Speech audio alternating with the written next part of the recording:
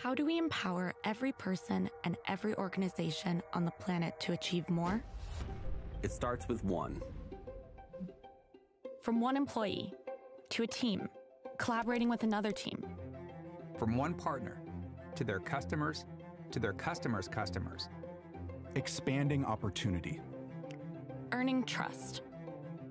Protecting fundamental rights. And advancing sustainability. For our society. Our economy. Our world. That's the impact. That's the impact. That's the impact each of us can have.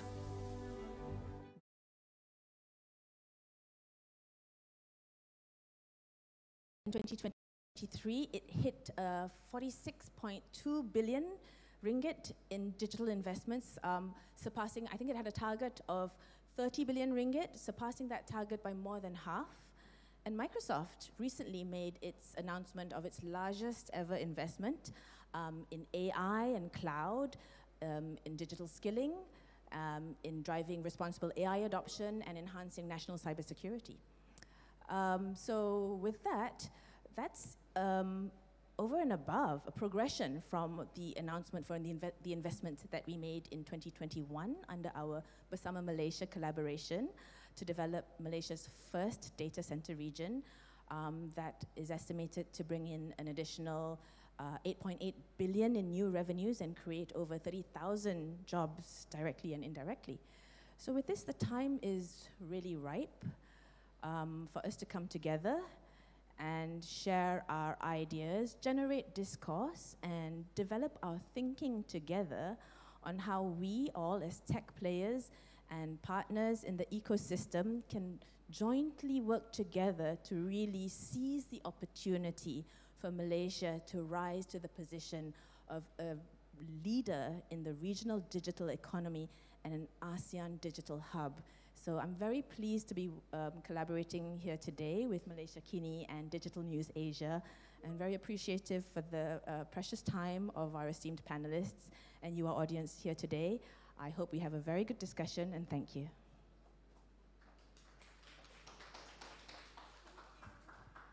All right, thank you, Adela, for the thoughtful speech. Without further ado, I'd like to invite our panelists for today. First is Mr. Sivanesan, Deputy Secretary General, Digital Development, Ministry of Digital.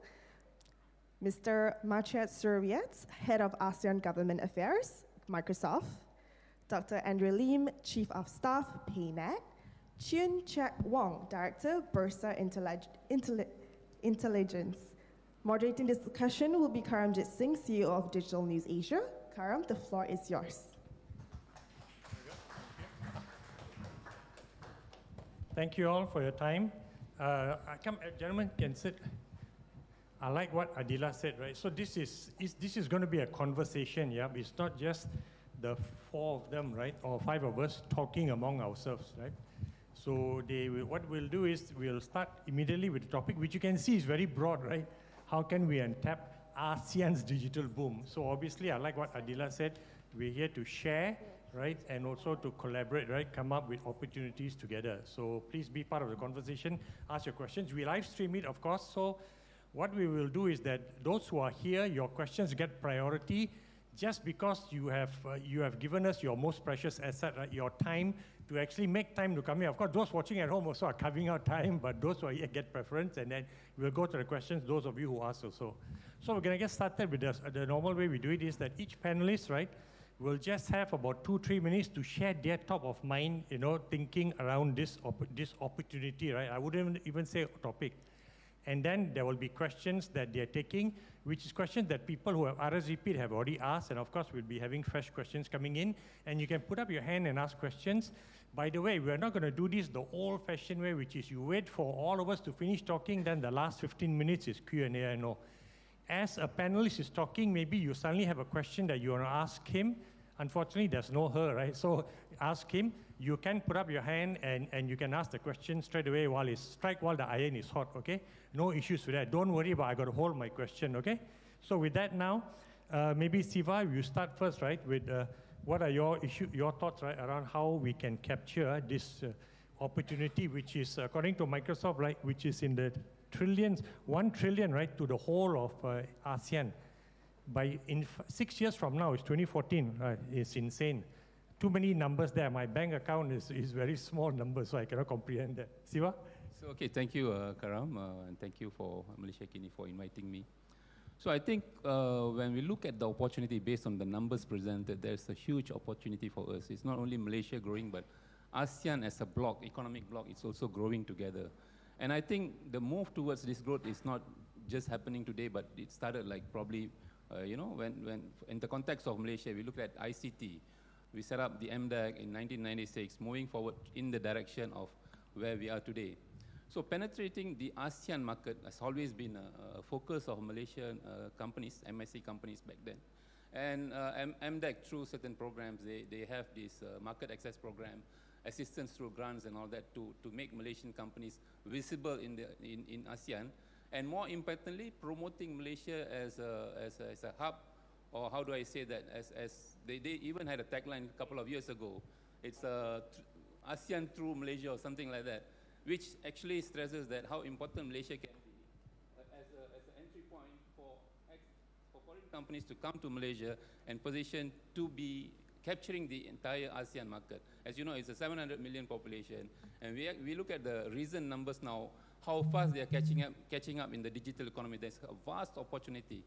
And as Malaysia, from policy perspective, I think we have done the right thing in 2021 when we launched the Malaysia Blueprint, which addresses specifically what are the things that need to be done to strategically position Malaysia towards achieving Malaysia's own digital economy, while also positioning ourselves as one of the leaders in terms of ASEAN market.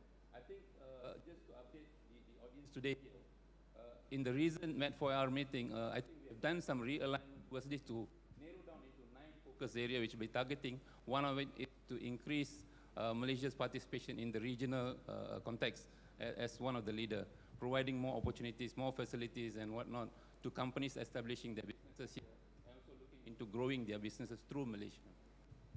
Oh, interesting. So that's something I didn't know. Apparently last week during the Med-IR, right?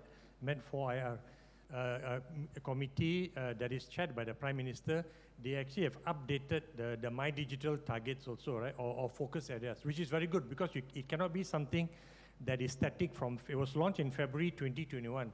And the thinking started earlier, right? Some of you may have been involved in the brainstorming, right? They did it like a Pemandu style, started in actually 2019. And then they were able to operationalize and announce it in 2021 February. So good, there's an update. I also need to go and read that document again, right, to see the updates there.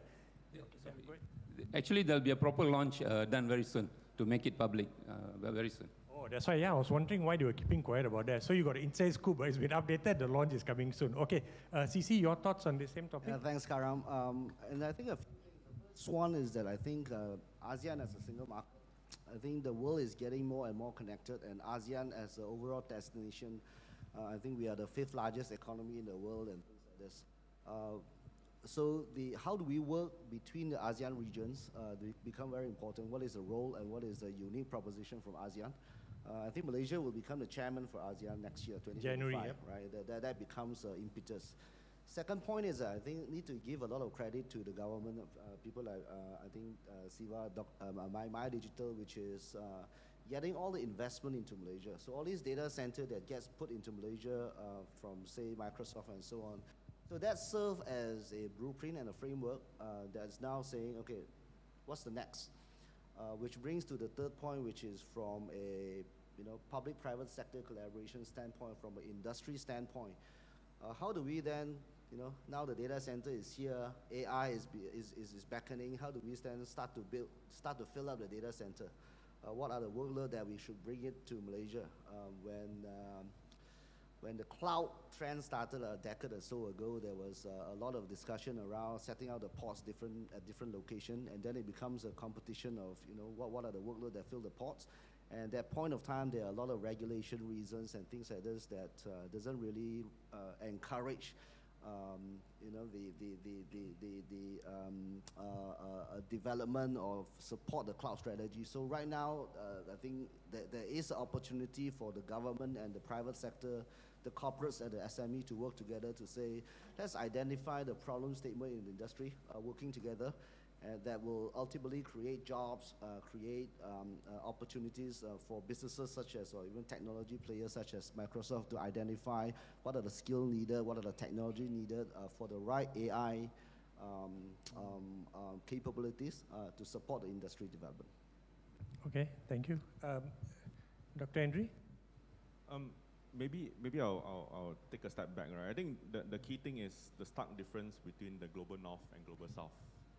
I think if you compare in terms of population and where we are today, the global north are basically an aging population, and I think this region itself, average age in Asia and Asia Pacific itself, besides Japan, is a gone case there, but we're pretty young, right? And because of that, there's a lot of different innovations happening. And Asia, if you look at technological advancement and investment coming into this region itself, you realize that a lot of the product fit and the solutions that are built in this region serve this region a lot, right? I think that's one thing.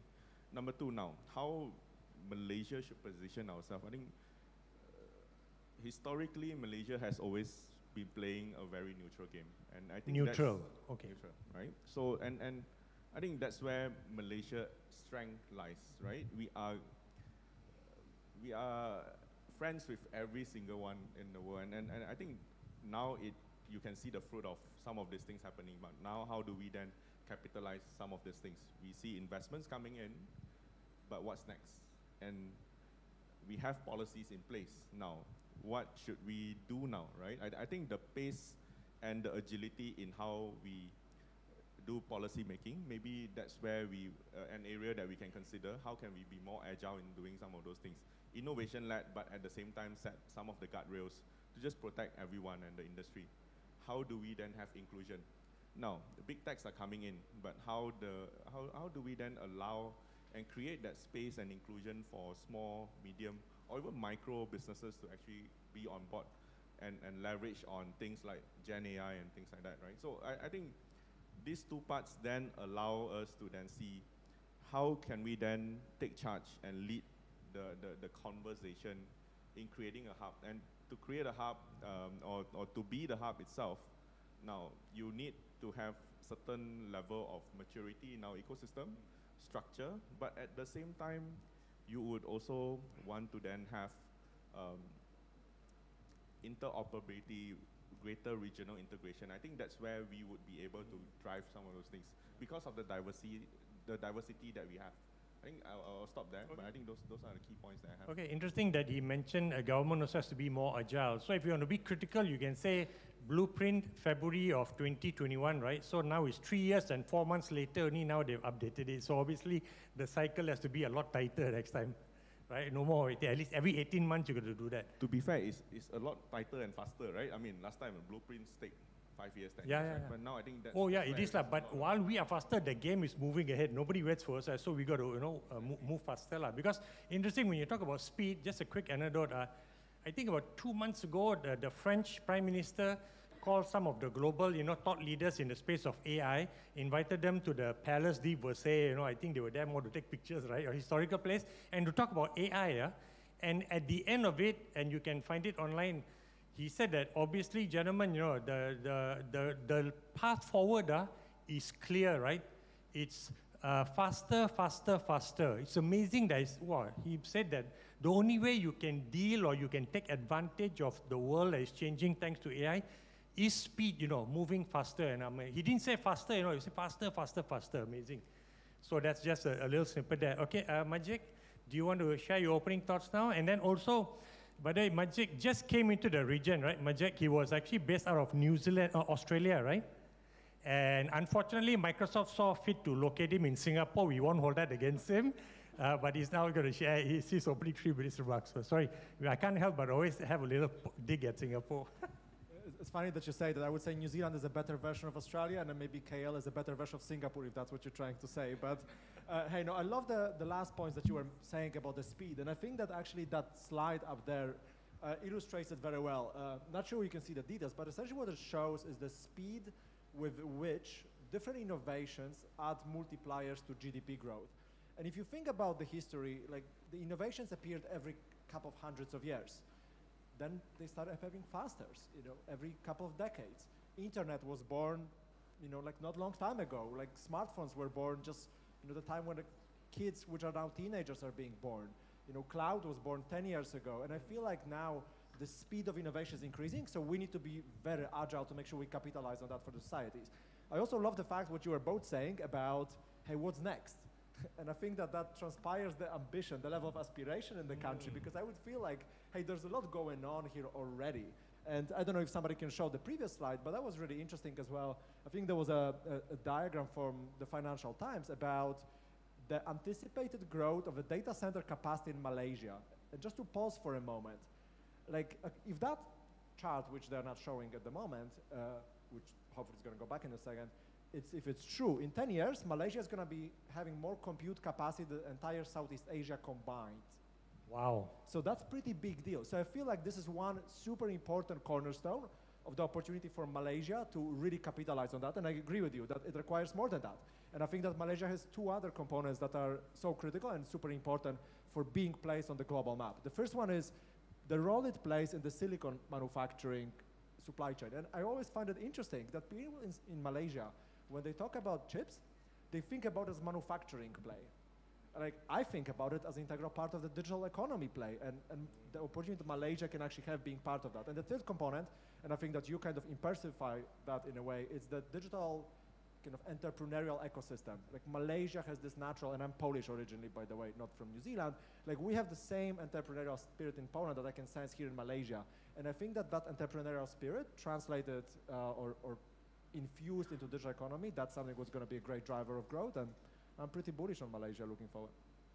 Okay, very good. Thank you very much. So now we're going to quickly just jump into questions, right? And I'm going to, again, start with Siva moving forward. Is that, and this is, like I said, some of you have asked questions beforehand, and Siva has chosen to answer this question from Chiun, who's the head of Forex. But he or she, I don't know, Chiun, didn't say which company they're from. But the question about how much extra FDI investment, right, can we expect, meaning obviously Malaysia, right? And what is the timeline for these investments? So, okay, I think talking from the investment or FDI point of view, actually we have surpassed the target set in the 2021 blueprint, which was 130 billion. I think we have moved beyond that. And this is being realized, although the approved amount is more than that. I think it's already hit 170 billion and over. So the realized investment is really catching up very fast with the latest investment plans announced by the big techs and all that. So I think that's one of the angles they were looking in data center investment as one of the key drivers as far as the digital economy is concerned. So other than that, we're also looking into how government can also grow the percentage of GDP. If you look at the targets of GDP in terms of digital economy, it's set at 25% of the GDP by end of 2025. And we are very close to hit that target. I think, of course, there are some questions on how different countries would have different mechanism of measuring digital economy. That's a separate question at all. But I think as far as Malaysia is concerned, we have a baseline, and that baseline is growing steadily. And I think in 2030, we could see a slightly higher number than that, probably 28. I don't know. But this is something that we would put it into the work plan that will have a new blueprint by 2025 to 2030. So that will be updated one. So we are working continuously as I pick how agile and the speed that government should have. We are already working on the numbers to have some targets of future. So the other things that I think, how do we position ourselves? I think we are, at the moment, is tackling investment. Next would be going out the regional level. How do we access the markets regionally? And of course, that's the requirement of having the right talent, right skills, capital investment, and so on. And thirdly, ensuring that there is a continuity and sustainability when we develop this. As a leader in the region, the most important thing that we look into is having the, as we start now, we have the digital infrastructure, putting in the foundations. Then comes the security issues. Then I think the most important one is the talent and skilled people to actually sustain this growth in digital economy. Without having the right talent, I think we can't do to achieve as much as we want to target. I think that's one of the things that we need to really focus on. We already have talent, and we need that talent to be skilled to the required level as technology is changing, and it's something evolving very fast. I think when you talk about talent, if you are familiar with the NSS National Semiconductor Strategy, one of the key pillars was actually they want to, whether it's by 2030 or some date before that, right? They want to train 60,000 talent in the country, right? So I think I got the date right. Not just new talent, but existing talent to reskill and upskill, because you need, like, and I bet you in 2-3 years, they're going to say that's not enough, right? With the way Maciej was saying how our data center capacity just in this country is going to soon be more than entire of ASEAN. That just blows my mind. It took me a while to process that, right? That's scary, but there's also incredible opportunity, right, out there. So very interesting. Okay, CC, let me have a question for you, right? This was asked by Aini Susanna, Center for AI and Robotics. So you remember the Prime Minister also, I think, launched in May or last month, the Nexus AI, right? I got the name wrong. But UTM now has launched a faculty also of AI. And I guess she's probably from that faculty. And it's about, can you share on the specific initiatives carried out by industries to capture these opportunities, right, in ASEAN we're talking about? And what about the role of government? And I know Siva also wants to take this afterwards, but you get to take it first. Yeah, thanks, Karam. So I can quote a very imminent and very real example that from Bursa, from an exchange standpoint, we are working on. And it actually goes beyond Malaysia. Oh, sorry. So it actually goes beyond Malaysia. It is a topic that multiple exchanges in the world are working on, and between the ASEAN exchanges, we actually have an MOU and an ongoing collaboration. So if you look at the exchange, what are we? We are two things. Number one is that we run a platform. We run a supermarket whereby all the listed companies are here. We like to drive liquidity investment into our markets. And as one of those things that, I mean, this data center investment, national semiconductor strategy is actually giving a very positive liquidity flow into Malaysia. So if you hold stocks in, let's say, an energy company, real estate, because of investment in data center and all this, is actually seeing pretty good return in April and in May. But the example that that I'm quoting is actually one on sustainability. It's on ESG. So one of the things that we do as stock exchange is to drive the agenda for sustainable transition. So it's transition for a greener economy.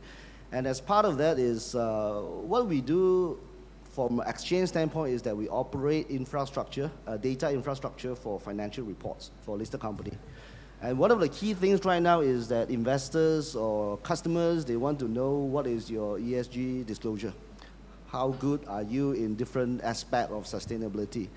So one of the things that we agreed to do is that let's extend our role as the custodian of financial data to also include climate and ESG related data. So last week, 21st of June, actually 2 weeks ago, we actually launched the ESG infrastructure for listed companies as well as their suppliers to start to disclose ESG data. And as we do so, it is very timely, whereby the last bit of Karam's question about what the role that the government play, which is as we start to collect ESG data, what is it for?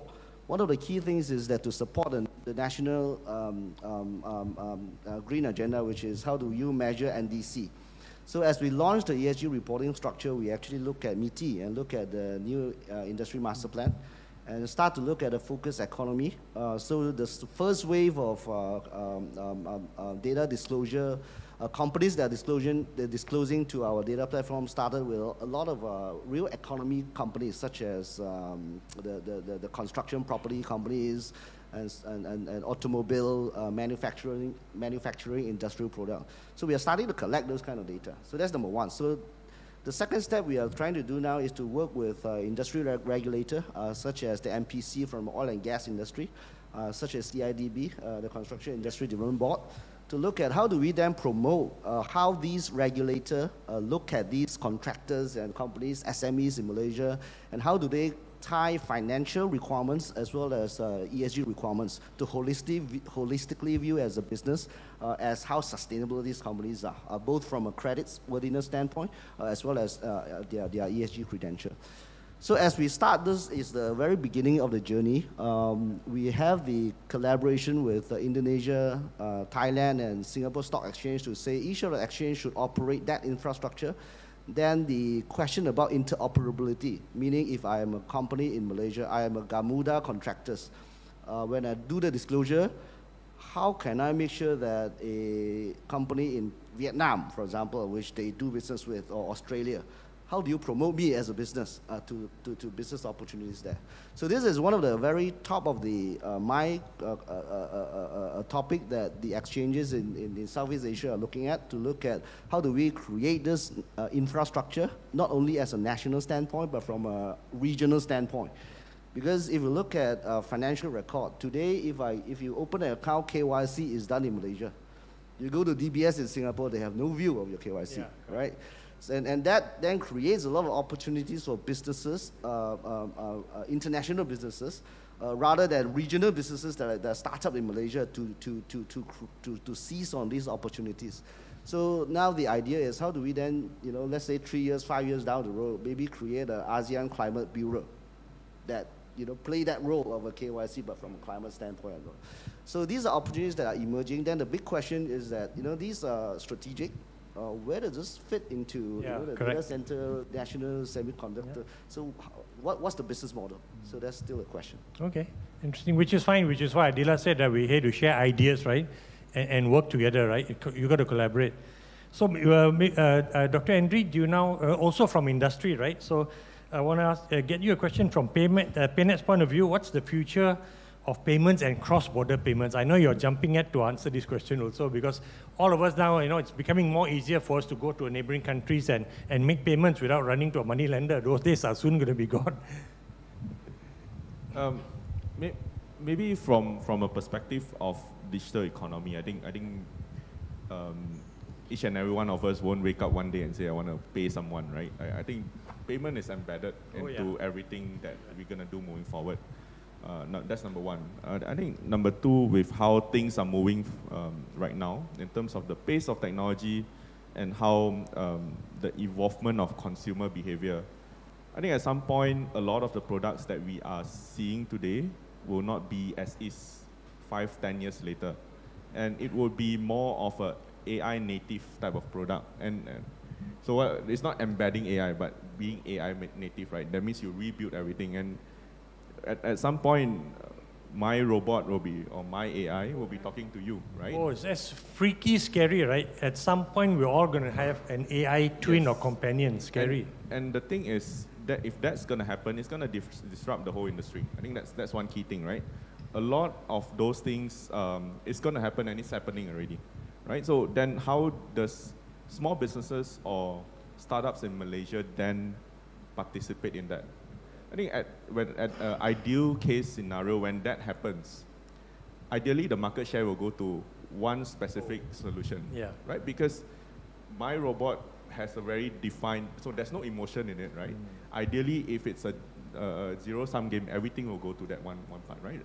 So I think that stresses the importance where if we are a small business, if we are a startup holder, I think moving forward, we need to then focus a lot on value proposition.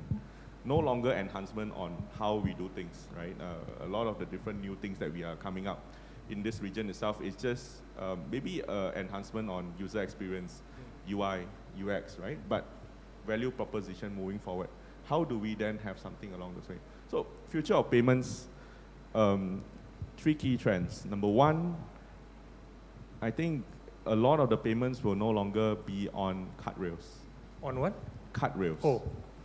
Card rails are not real-time rails. And if you look at how the global south are moving towards, China and India are the 2 biggest markets in Asia. The young people over there has no idea what is a card. Wow. Right? They pay via QR, and QR has a better reach. In the case of Malaysia itself, traditionally when a tourist come into Malaysia, what you do is that you scan and you tap your credit card and you pay via credit card. And there's only, to date, 800,000 touch points across Malaysia. But now with cross-border real-time payments, you can scan a QR, and as a tourist, you can just scan a QR using your local wallet. And you are now empowering the economy as well, because the MSMEs can now just print the QR, and hyper-localization of tourism. Tourists can then go to the mom and pop shop, the Kedai Runcit in the East Coast or in Sabah, Sarawak, or even in some of the rural areas in Kedah and stuff like that, just to scan the QR and pay. Now they are now participating in the digital economy. I think that's the powerful thing, right? I mean, yes, the big techs and stuff like that, but I think when you go back, this collectively, these are the key things that are happening. Now, the second part is now, because of the digitalization of payments and we are getting people on board, cybersecurity becomes a very, very big issue, right? And we need to protect each and every one while you are making that payment and we are moving everyone to adopt digital payment. How can we ensure that your payment is safe and secure, right? I think so. AI-powered fraud has increased across the globe, not by thousands of cases, but by thousands of %, right? And that's the scary part of things. And I think that's where we would see moving forward, there's a lot more emphasis will be put onto how we're gonna keep everyone safe in the region itself.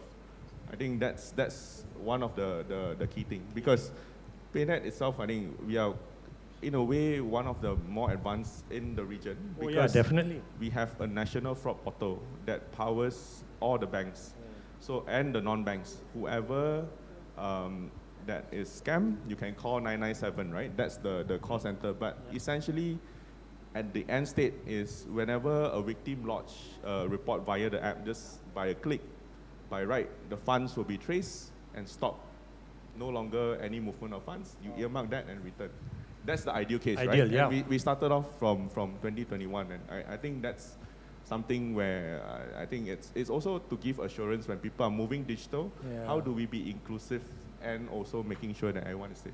Correct, yeah, okay, very interesting. I mean, especially when we all have our AI twin or AI bot, right? I mean, you want to make sure that nobody can hack into it, right? And misrepresent you crazy. So by the way, when we cybersecurity is a hygiene factor in the digital economy, just like, any car, before it's put on the road, right, right, has to pass very stringent, safety protocols and meet, regulatory requirements. So for some reason, in the digital world, that isn't happening yet. So there's a huge gap, but it is catching up, which is why also Malaysia is paying a lot more attention to cybersecurity, especially with all these data centers investments coming in. People need to know that the country is dead serious about, security, network security, infrastructure, right? Not just personal security, or everyone's now de facto, you've got a anti-phishing, app on your phone or whatever. No, it goes way on beyond that. So, okay, Maciej, maybe then let's take the interesting question which Adila mentioned, right? Your big investment into Malaysia. So I want to ask about, can you tell us more about this investment, and how do you see these investments are playing a role to elevate Malaysia's profile within the region? Because obviously the short-term benefits are the country gets some nice headlines, and then you got like, 1,000 construction jobs for like 20 months or 24 months, and then 50, or 80 high knowledge workers working in this organization. So how does the impact go beyond that? No, it's a great question, and obviously we're investing in massive data centers, providing cloud computing services. But I think I like the way you said it about payments, that nobody wakes in the morning thinking like, hey, I would love to pay someone. Same way nobody wakes up in the morning thinking like, hey, I want to have some cloud computing. Like, it doesn't happen, It is something which just powers the economy. But, to answer your question about the benefits, like, let me kind of maybe take a step back. And I think that, Sisu, you were mentioning that cloud is 10 years old. I joined Microsoft over 10 years ago in Brussels. And cloud at the time was just a small thing, like cool, but still growing.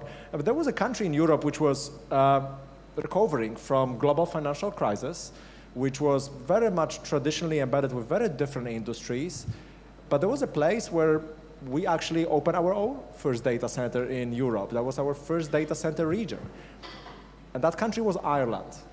And if you fast forward 10 years, think about this. Ireland became one of the wealthiest places in the world with one of the best standards of living, and became a massive technology hub for Europe on the back of the technology companies' establishments, but also on the back of data center investments. So what you have seen over the last decades is talent flows, growth of companies, growth of the entire ecosystem, and Ireland has become a de facto data hub and tech hub for Europe. And here comes Malaysia. I may be bullish to say, but I feel like Malaysia is in a position to become Ireland of Asia, and actually follow that bullish trajectory and become a very successful technology data hub for the region of Southeast Asia and beyond. And I think that Malaysia is on this trajectory already. one important thing to think about data centers is it doesn't work like in manufacturing, where you create a manufacturing plant and suddenly they create 10,000 jobs. It's quite the opposite. Like you open the hubs and they become anchors for the technology industry, for the ecosystem, place Malaysia on the map, whether it's data center investments or silicon manufacturing plants. And that's how I would think about those. And that was the route that Ireland has taken, and I feel like Malaysia is on a trajectory to do the same. I sometimes like to compare cloud computing opportunity to electricity. If you think about the power plant, it's not the power plant that opens up economic value, unlocks the economic value. It's the companies using electricity to open companies and manufacture and add value to the economy. And think about cloud computing and AI as those critical components for the economy of the future in Malaysia. Okay, very interesting that you mentioned power, because when you talked about how we're going to have so many data centers in this country, I told myself that I need to start, reading TNB's, annual report also to see their power usage, the capacity and future capacity, because there's going to be huge demands on capacity. And I want to know right now whether I should just buy a kerosene lamp and keep it in my house as backup, and one day where all the power is being sucked up by all these data centers and all of us at home with very limited electricity. Okay, before I go to Siva, can we get the mic? There's a question from a gentleman there. Yeah, okay, hold on. Just give us your name and the industry you're with, at least, if not the company. Thank you very much. I am Dr. Azhari. I'm the founder and CEO of Hexa Capital. We are doing submarine cable. Submarine cable? Submarine cable, yeah. By the way, I'm not trying to be negative. I have two questions. The first one is, as you know, Johor is going to undertake Singapore to be the hub, as forecasted, 2028. It's going to be big. But I'm just wondering, there could be an impending glut of data centers in Johor. So my question is, there are not that many hyperscale cloud customers anyway. And at the moment, there is no indication that enterprises in Singapore migrating to Johor. This is my first question. Whether there will be oversupply. I think we need the government to come and tell us how they are going to solve this problem. Number two, you mentioned about TNB, and we all understand that Malaysia has plenty of green power. We have plenty of water as well. But my question is, do we have enough submarine cable system, i.e. the critical infrastructure? Because if you look at it at the moment, AAG is having cable cuts every year, especially at the Vietnam area to Brunei. So AAG, is quite an old cable. So the understanding that all these people are going to come to Johor, doing their data center here, I'm not very sure if they want to go back to Singapore, because Singapore is expensive and it's second tier, third tier.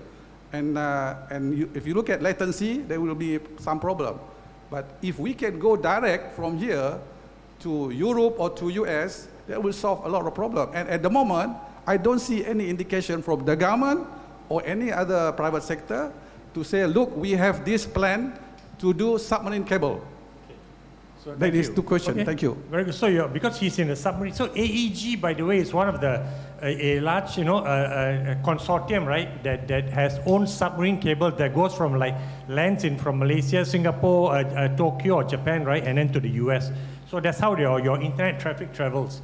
But so he's got a question on all. Let me maybe just answer the question first. So, and I think Siva, right, because he's obviously saying, is there a policy? And I don't think we have a submarine cable policy. And then also, the gentleman was worried about overcapacity. Very interesting. What do you see that's going to trigger economic, bonanza? So this gentleman is concerned about overcapacity. So if Siva can take it first, then Maciej, you can jump in, and then we'll get to your question, right? Hold on. Okay, if I answer your second question, if there is a strategic plan on if there is one, there is none, I would say, honestly. I mean, but this is on the table, and always we get the feedback from the industry, and this is something that we want to have. So since it's very much private sector driven, it has to be, commercially driven and makes business sense. So I think Malaysia always welcomed that kind of proposal. And of course, government will support it anyway. You know, in the past, we have attracted so many other cable landings and all that here. And it's the same direction. As we see more data centers landing here, definitely we need to beef up on the connectivity side with the submarine. I think I will just stop there. And on the issue of oversupply, I don't know whether Maciej want to take that. Sure, no, it's a fascinating point that you raised, but I'm kind of smiling because I feel like the biggest problem in the industry now, it's not overcapacity, it's quite the opposite, because with the growth of AI, the compute capacity you need to deliver those services, that's the reason why Microsoft and other companies are expanding their data center footprint so much. That's kind of number one. The second point I would challenge the presumption is that hyperscalers don't have enough customers in Malaysia. I think Adila would disagree with you because she's spending day in and day out working with customers, helping them lay at hyperscale cloud. So they keep us busy, and we feel pretty good about it. But I think even more importantly, and that goes back to the Ireland example, we think about Malaysia becoming data center hub for beyond Malaysia, for the region. So don't think about those compute capacity, just something that will service customers here in Kuala Lumpur. We are extremely bullish on the region, and we think that Malaysia is a great place to make the investments for some of the reasons that you were also mentioning. The sustainable energy supply is something that allows us to operate with the economies of scale and deliver compute capacity to Malaysian customers and beyond in a more sustainable way, just with fewer emissions. And that's something what kind of drives our investments here as well. Okay, thank you. Okay, the gentleman at the back there, your name and which industry you're from? I'm Endry. I'm mainly in wellness industry. I must thank Microsoft because the rest, it doesn't help me at all.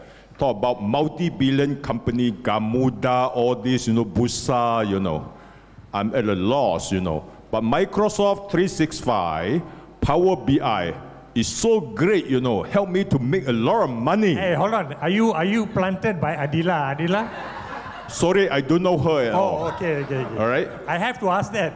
Yeah, so my question is to Siva, as a Secretary General, what can you help, like me, an SME, to go regional or global?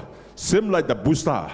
You only deal with a billion-dollar company, I hate it. What about me, the Rakyat, the Madini government? That's my question. Thank you. Okay, good question. Thank you. Thank you, and I think I must congratulate you first because your business is really growing because of Microsoft. So I think if you have been in the industry, you would realize that the government is playing a great facilitative role as far as businesses expanding overseas. There are different kind of grants, not under my ministry now. And just to correct, my designation is not Secretary General, I'm just the Deputy Secretary General. But however, through my experience in the last 25 to 30 years in government, we know that we have consistently assisted companies through different mechanisms, through Maciej, through agencies like who are promoting exports. And there are specific tax incentives, tax breaks for companies who export their products. So I'm not sure if you do not fit into any of that or you do not qualify for any of the criteria, because sometimes it's quite stringent. But this is where if you could provide the feedback to the government, where you cannot meet certain criteria because times have changed, markets have changed, and this would really help the government to customize or redesign the incentive to better fit your needs. So the budget is coming in October this year. So I think this will be a right time for you to channel your suggestions to either the Ministry of Digital, we will consolidate everything, or to Ministry of Finance. And we will try how to help make this happen, especially to be a leader in the ASEAN region. Definitely we'll take your inputs in where we can assist better. And I think there also has been some grants provided by Maciej for exports and all that. So I'm not sure if you are checking on what are the things that they can do better to assist your company and all other SMEs. Thank you. Can I point maybe on this one? We never met before, for the record. I think that you raise a very interesting point as well. And I bring an anecdote from New Zealand. One of the ministers, when I was based there, he had this saying, when he was talking about the growth of digital economy, he wanted to support what they called weightless exports. And I really like that phrase because that essentially fundamentally changes the way we think about our export economy. And I think that that's what gentleman was saying as well, partially, like how do we support that exercise? And that's something what I think is good to think about as well. Okay, good.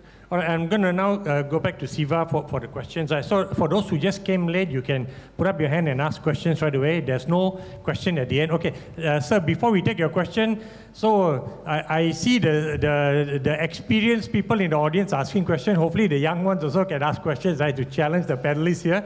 But before that, before you get the mic, Siva, because there was a question on you wanted to answer it also, right, which is from the lady from Aini Susanna. She's asking about specific initiatives carried out by industries and how government can play a role in intervention. Because you wanted to answer that also, so go ahead. So I think, okay, first let me just go back to the earlier question from the gentleman from the cable industry.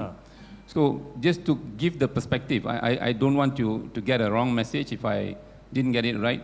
So if you know, like today we are, through MDEC has dedicated personnel looking into data centers and cables, submarine cables. So I think there's a lot of interest coming in and expressing, you know, the interest to build this. And of course, in the past, you saw how we were managing some of the cable landings. So it's not to say that we don't have interest in that spectre. It's just a matter of timing. Yeah. Yeah. Hold on. Can we get the mic again to the same gentleman? Okay, hold on.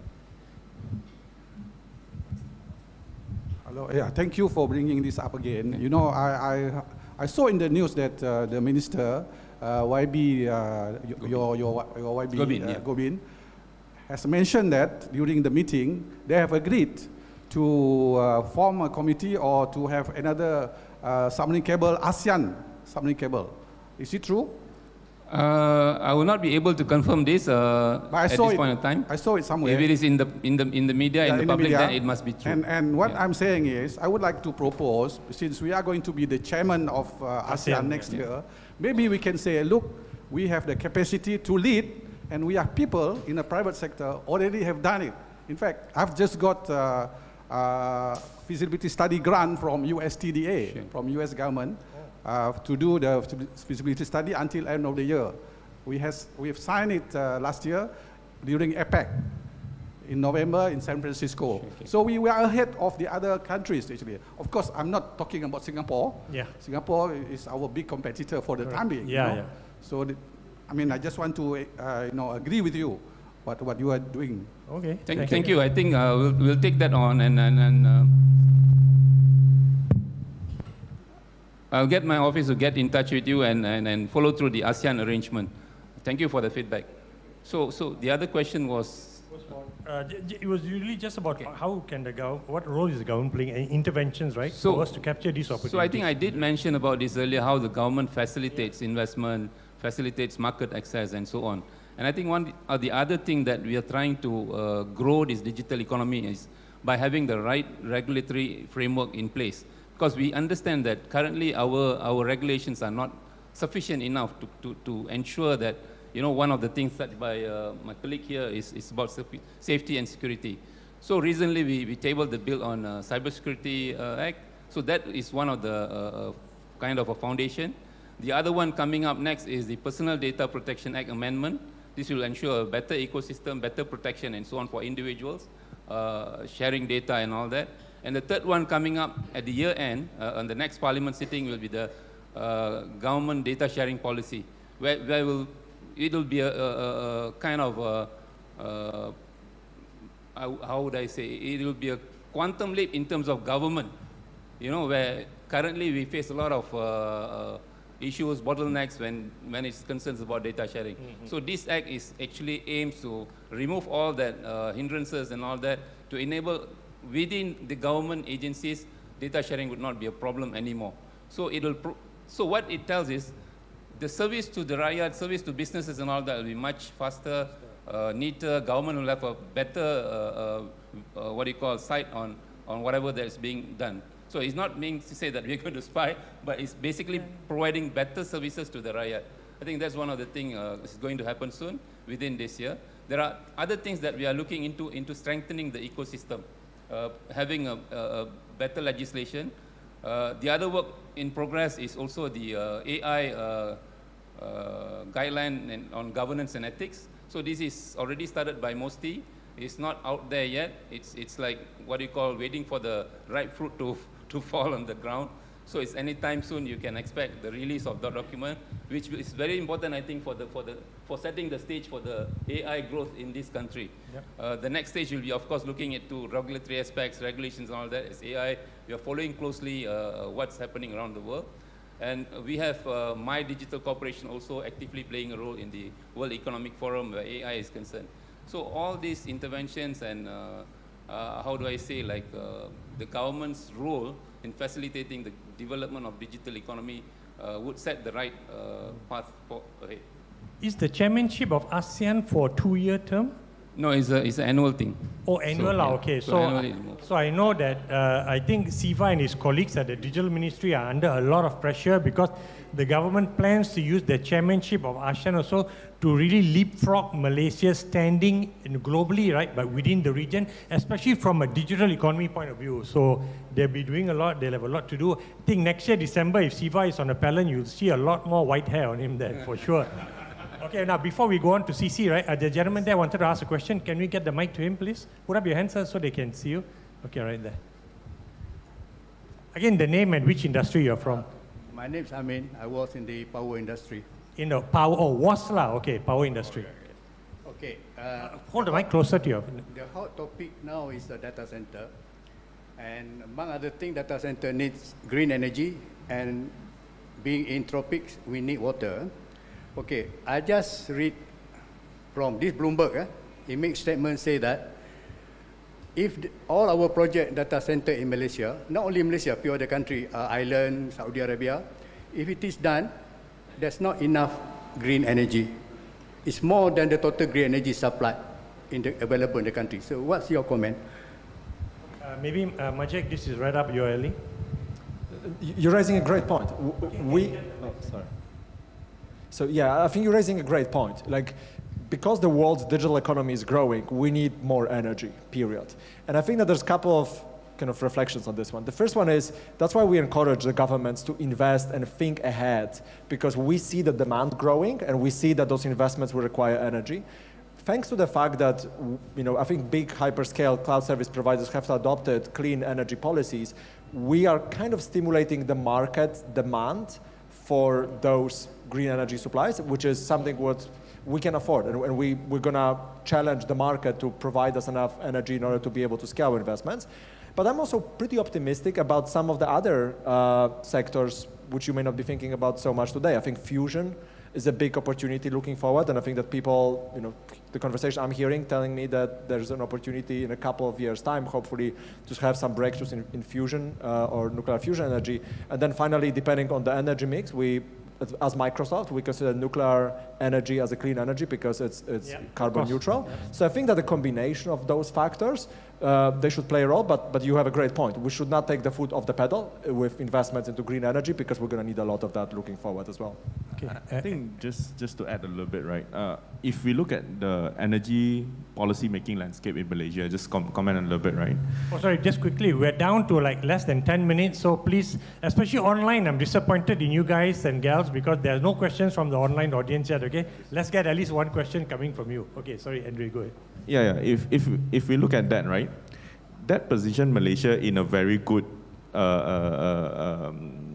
it's very strategic for Malaysia, right? Because if you look at our power reserve, our capacity reserve, 24-25%, and we have a lot of electricity in Malaysia itself. Number two, there's a lot of capacity for growth. Now, energy planning is done on a yearly basis for a 30-year term in Malaysia itself. And you look at the fundamental that needs to then change is that, number one, we need to relook at our electricity grid. Our grid today is a one-way grid, most of the areas, right?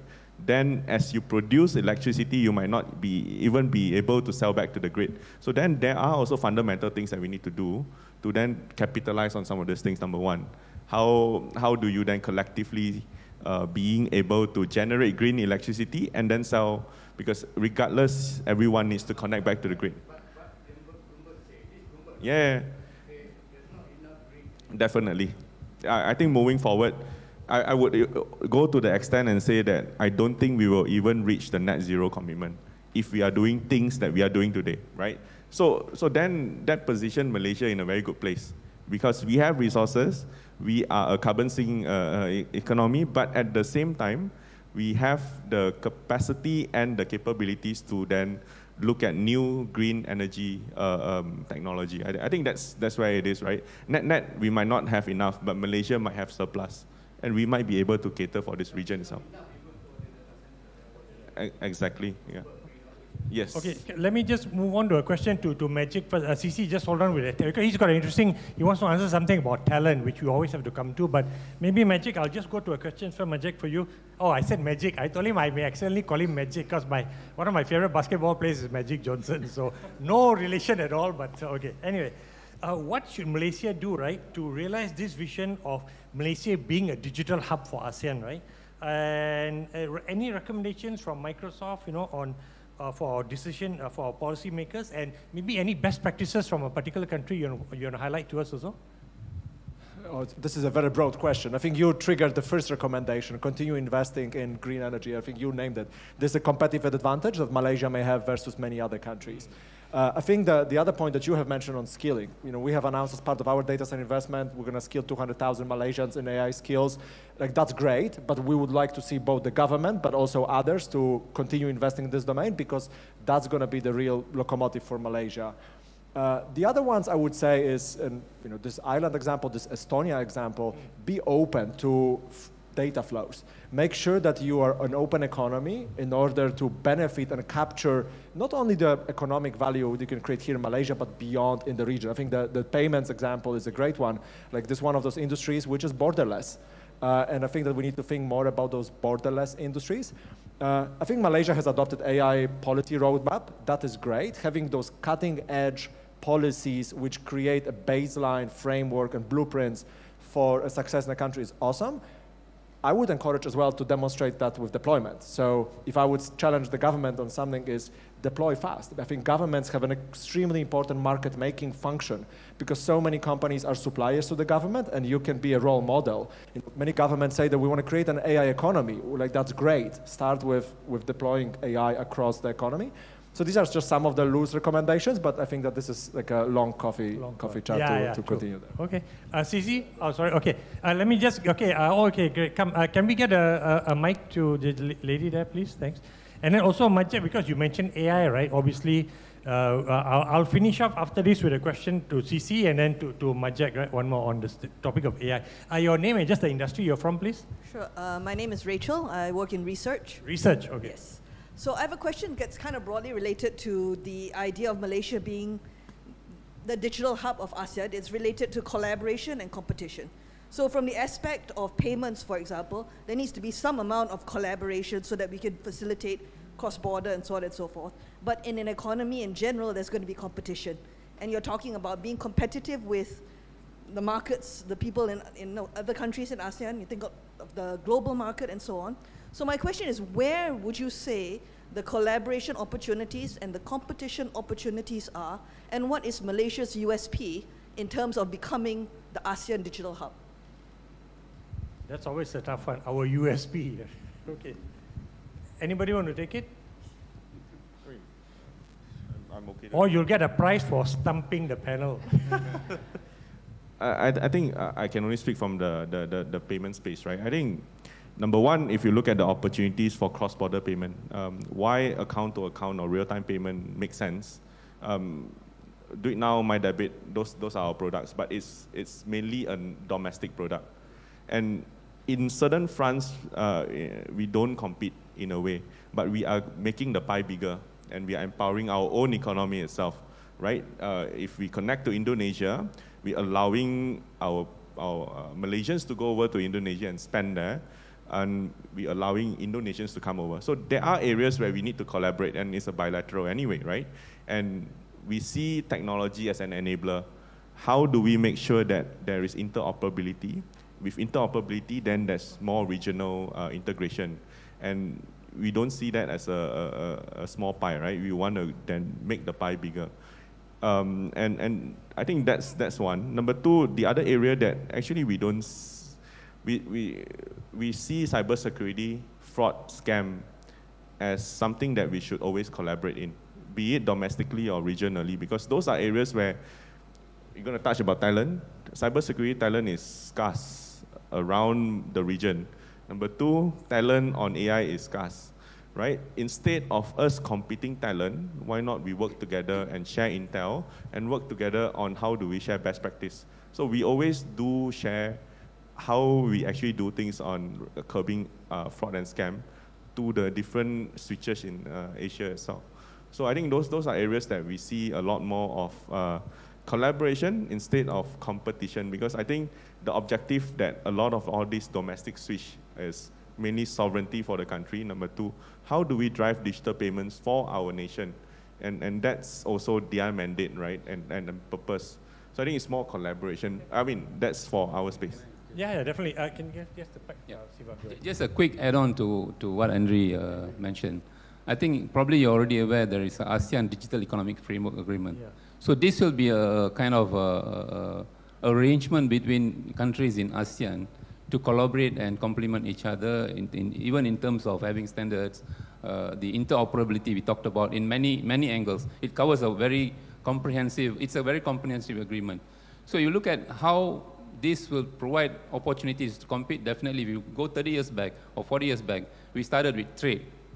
Then we moved to services. Now it's digital. So there is, every country has its own niche and competitive advantage where they can leverage on that. But having a operability within the region will provide you better access to markets, and not only ASEAN, you could go to the global market having the ASEAN's kind of a collaboration. I think I'll just add on that. No, I think that interesting about the trade, right? That I think Malaysia has always punched above its weight. Small nation, 33 million now. If you count the migrant workers, 38 million. Okay, but we've always been one of the leading trading nations in the world. And I think when Maciej was saying the recommendation is to be open, right, to exchanges of data with other countries is super important. And McKinsey, by the way, you can go online and check later. They produced an interesting report that's available, and they had a chart to showing the data flows between countries. And their point was that countries where you have much more data flowing in and out, those will be able to capture a better share of the digital economy pie. So that openness is very important. And I think he already gave the example of Ireland. So I'm sure there are case studies or university research done on how Ireland benefited, right, from being a hub for data centers and leveraging on that into the greater digital economy. So, okay, last two questions now, and I think we've got a question from online which I have to answer. Okay, bro, sorry, we got no more time ready for your question. Okay, hold on. Let me just get to CC first on the question on talent, because somebody online asked, I mean, they registered earlier and asked the question about how does Malaysia encourage, a high skill knowledge workers to choose Malaysia as a country to work from, also considering the reality that we've got the NEP being practiced in this country. So, CC? Thanks, Karam. Before I answer this question, can I maybe just a quick address to Andrew's question just now, because he mentioned Bursa, fine, right? yeah. So Andrew, a very quick one. Okay. So Bursa, traditionally, you're right, we don't touch the SMEs. We just touch listed company, big companies, and so on. But there are probably 2 points. The first one is that we have launched a platform for SMEs, non-listed company, to raise funds, because our role is raising funds. So it's extension to our expertise, being a fundraising platform to offer the same expertise and services to more people. So that we did a joint venture with RAM and launched a platform whereby SMEs that are not listed who seek to raise funds, we have an investment note, kind of a P2P arrangement where smaller companies can approach us and work with us in fundraising. Second piece is that we have also eased the IPO process. So now the transfer from, let's say, ACE market or lead market to ACE market to main market is now much more easier within our control. This year itself, we have, I think today, 20 over IPOs, and there will be 7 IPOs in July alone. So it's the highest, I think that we have in many years. So from an IPO standpoint, if at one day you want to go listed, very happy to work with you. So that's right. Thanks. So the question on that. On talent, I think I'll keep it concise. Yeah, because it's very specific. So high skill knowledge talent. I was very struck by that. Yes, and I think maybe as a call to action for the government, as well as from, let's say, from people like Microsoft, is that from my experience, like you just had a touch about Ireland, Malaysia being Ireland of Asia. Yep. 20 years ago, I worked with multinational companies that brought in like 2,000 over jobs to Malaysia. Now that was under the shared services, business process out kind of environment. But right now, a lot of those jobs probably can be replaced by AI. So the job profile is now different compared to what Karam says. So I think one of the things is that along with the, putting the data center here really is about how do you create that talent ecosystem, which I believe there are a lot of discussion and work being done, is that how do you invest roles, bringing in like jobs like yours into Malaysia, running the data center, because there's win-win both for Microsoft as well as for Malaysia, because the success of the data center is important to both. So that's that one question. From a government standpoint, if I may really, is that one of the things, I mean, to the question that the gentleman over there raised is, what are the strategy to kind of bring these jobs into Malaysia, is that if we can have some transparency in terms of what are the type of work or business problems that these data center can solve, that will create a bit more transparency, probably answers to the question for us. Okay. If I can just maybe add a couple of points, because I think you touched upon a couple of really interesting perspectives. So I like to think about those high-value jobs as about a pyramid. You need to have a foundational layers of jobs in which people learn and grow their skills and move higher up the value chain. And I think that big tech companies even play an important role. We actually had a piece of research in Australia with Tech Council of Australia demonstrating those flow-on or spillover effects from the big tech investments into the market and helping to create the local ecosystem. And so I feel like there's some already proof in the history that it actually works. And I think the AI component is a really interesting one. When people think about automation of jobs, I like to think about automation of tasks within certain jobs. And I feel like I think OpenAI has done this really interesting research when they looked at many different jobs and they actually slice them by tasks. And they look how many tasks of each particular job can get automated. There are very few jobs with high number of tasks to be automated, but there's many jobs with a subset of tasks that may be maybe not automated, but actually augmented by AI. And I think that if we change the way we think about AI, I think that we'll look at it as an opportunity rather than a threat. Okay, so quick. Look, I'm going to just get a question from Alex, who responded to my disappointment of the online audience. He's come up with a question, and I think, Maciej, you probably are best suited to answer this if you can. He's asking about how big is the data center market in Asia, and which may be hard for you to give the information now. And also more interesting is what percentage of that do you think would be captured by Malaysia? Crystal ball time, crystal ball. Yeah, so this, please don't treat it as a data point, is kind of a joke. I think that the data center market is probably 1% larger than it was yesterday. Oh, so if you think yesterday, wow. So essentially, think about it anecdotally. It's growing by the day because the deployment and what we call diffusion of AI technology is going to spread across the economy. And I think the more people learn and figure out those tasks and the types of nature of things we can do in the society is going to drive demand. What percent Malaysia can capture that? I don't know, but Morgan Stanley with FT figured out that's probably a big chunk of ASEAN, so hopefully your ASEAN peers don't feel jealous now. I think in Singapore they have this word called kiasu. Yeah. I don't know if this works in Malaysia as well. Yeah, I think that's... Okay, all right, good. So look, I'm going to have you end with the last question on AI, but before that, because the gentleman insists on asking a question, and because you have made time to be here, okay, one quick question. Okay, thank you. Name and just which industry you're from. My name is Anand. I'm from Industry 4.0. I just want to address to the Microsoft and Mr. Siva. AI tsunami is real, and it's taking place in a very fast pace, especially in the talent skill. How does the developing countries can cope comparing to the developed world where they have infrastructure and the enabler intelligence? Are we able to cope? That transformation is taking very fast. Yeah. Thank you. Okay. Second is, sorry, one last. Does big organization going to monopolize completely in AI technology in terms of talents, then completely small companies, SMEs, completely going to be obsolete? Thank you. Okay, so, okay. Siva, then you can, since it's AI related, you can answer okay, that. Okay, just a quick response. I think the question asked by Arul is not a question that you're only asking here. This is the question that being asked at even the policy making level, ministers and at all levels.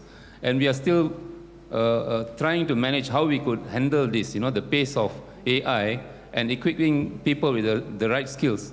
As you rightly mentioned, it's kind of, the gap is quite huge there, and how we create fast to catch up.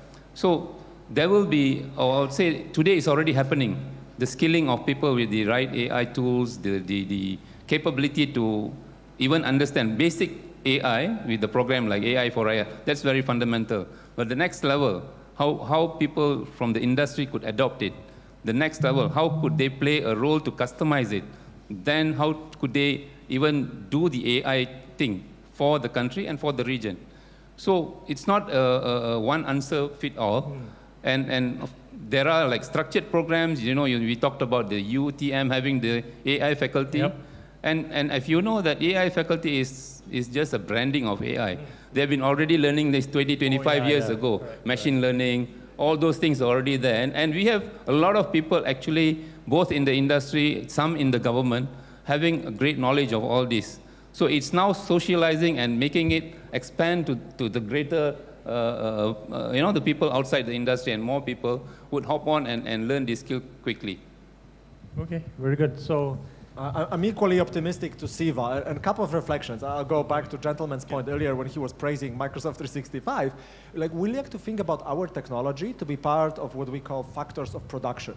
It's something that just helps people get the job done. And if you think about AI, like, the way I would think about this is AI is going to drive down the cost of intelligence. If you want to hire McKinsey consultants today or BCG, like, probably it's hard to do as a small enterprise. But guess what? You can ask Copilot the same question and get pretty good advice and challenge your business strategy and get this kind of intelligence that you wouldn't be able to afford in yesterday's world. And I think that when you talk about AI tsunami, I like to think about it as AI tide. Because the tide that's going to lift all boats, whether small or large organizations, because it's going to level the playing field in terms of access to intelligence. And I think it's up to the organizations how much they leverage that to make the most of it as well. Okay, so his question was legit about big companies dominating AI. You're saying it's going to be a tide that raises all boats. Okay, fair. Now the last question is also about AI, right? Since it's going to be a big part of the digital opportunity, and the 1 trillion, that's additional to ASEAN's GDP, which is digital economy. But you know what? A lot of that is going to be AI. If you were to break it down, you probably see a big portion of the extra 1 trillion is going to come from AI. So the last question was on how can Malaysia capture this AI opportunity within ASEAN. Maciej? I would love actually the others to comment on this one. Happy to end. Okay, right. He's ceded the floor to the rest to answer the last question. Looks like he's ready for senior management when he can delegate. So maybe, Dr. Endry, do you want to take that as to how do you feel that Malaysia can capture the opportunity, right, of AI within ASEAN? I think two parts, right? To answer the question, I think if you look at the market around the world, foundational models are mainly dominated by industry. And the big techs are dominating the training of all those models.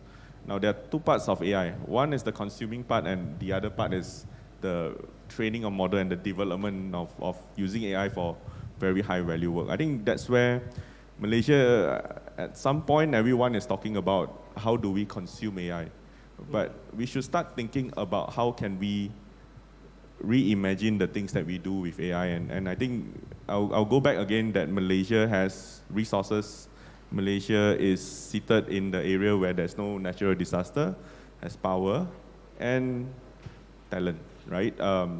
Singapore can buy talent, so do we, right? But what kind of platform are we providing to them, and what kind of innovation-led kind of policy where we encourage people to come in, right? I think those are key things, and I don't think Malaysia can do it alone. But Malaysia can pool the resources together across ASEAN, because as a bloc, we should not be you require a lot of funds and resources to actually train AI and to be able to craft the worldview of AI. I think we are at that area where we are able to then pull everything together. I know Sea Lion in Singapore, they're driving something, right? I just want to put an analogy over there, right? I mean, if you run a chicken rice shop, your chef is from Malaysia, chicken is from Malaysia, right? Waiter is from Malaysia, but I got the recipe.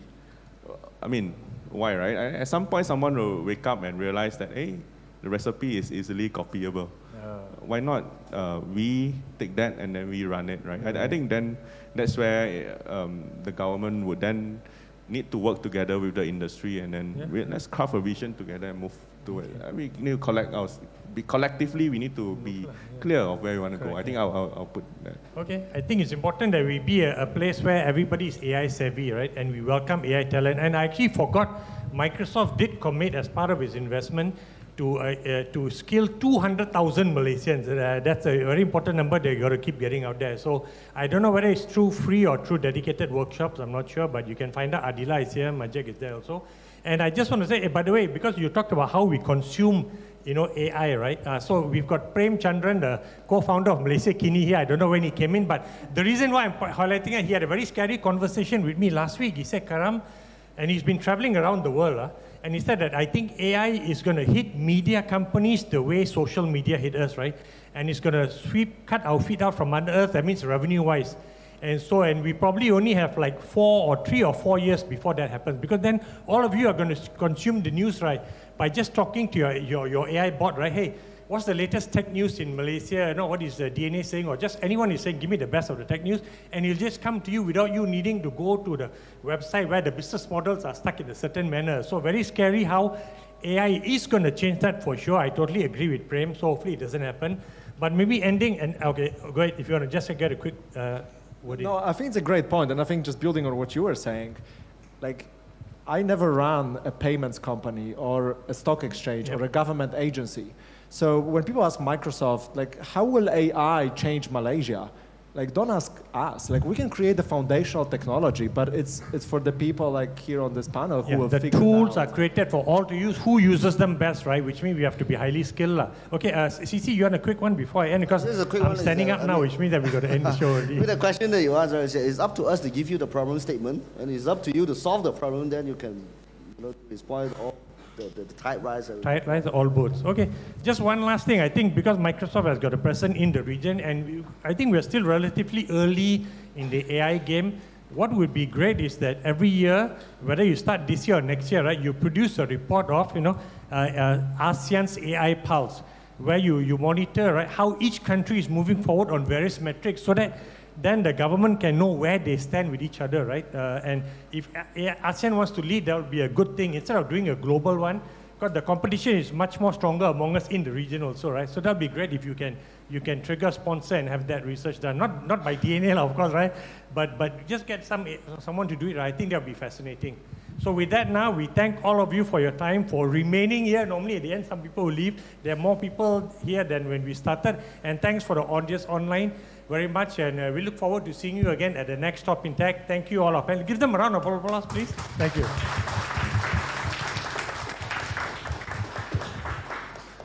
Thank you to Karam, and thank you to our esteemed panelists for a truly insightful discussion on unlocking ASEAN's digital boom through Malaysia's potential. We're especially grateful for Microsoft Malaysia in partnering with us in bringing this forum to life. Thank you as well to everyone who joined us today, and to those joining online. Your presence makes this discussion all more valuable.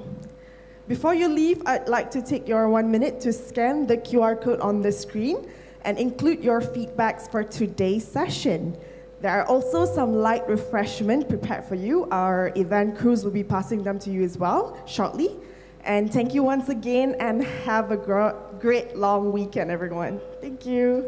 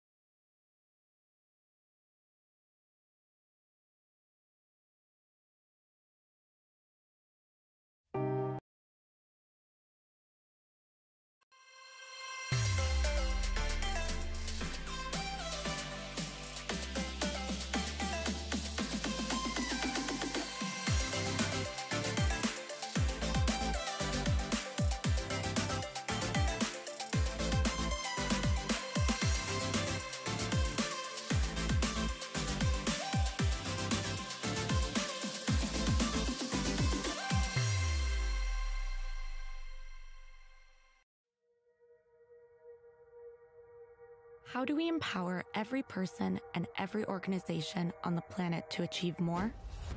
It starts with one.